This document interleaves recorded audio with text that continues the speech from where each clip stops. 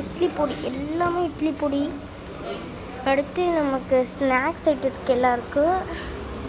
அப்புறம் நமக்கு காய்கறிக்கு இருக்குது பார்த்துக்கோங்க.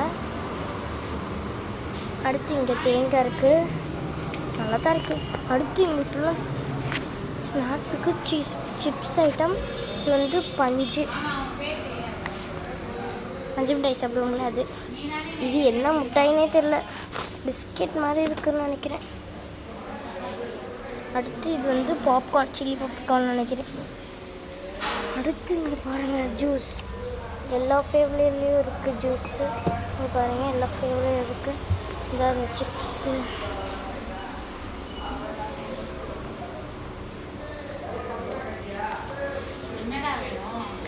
வீடியோ எடுத்துக்கிட்டு இருக்கீங்க?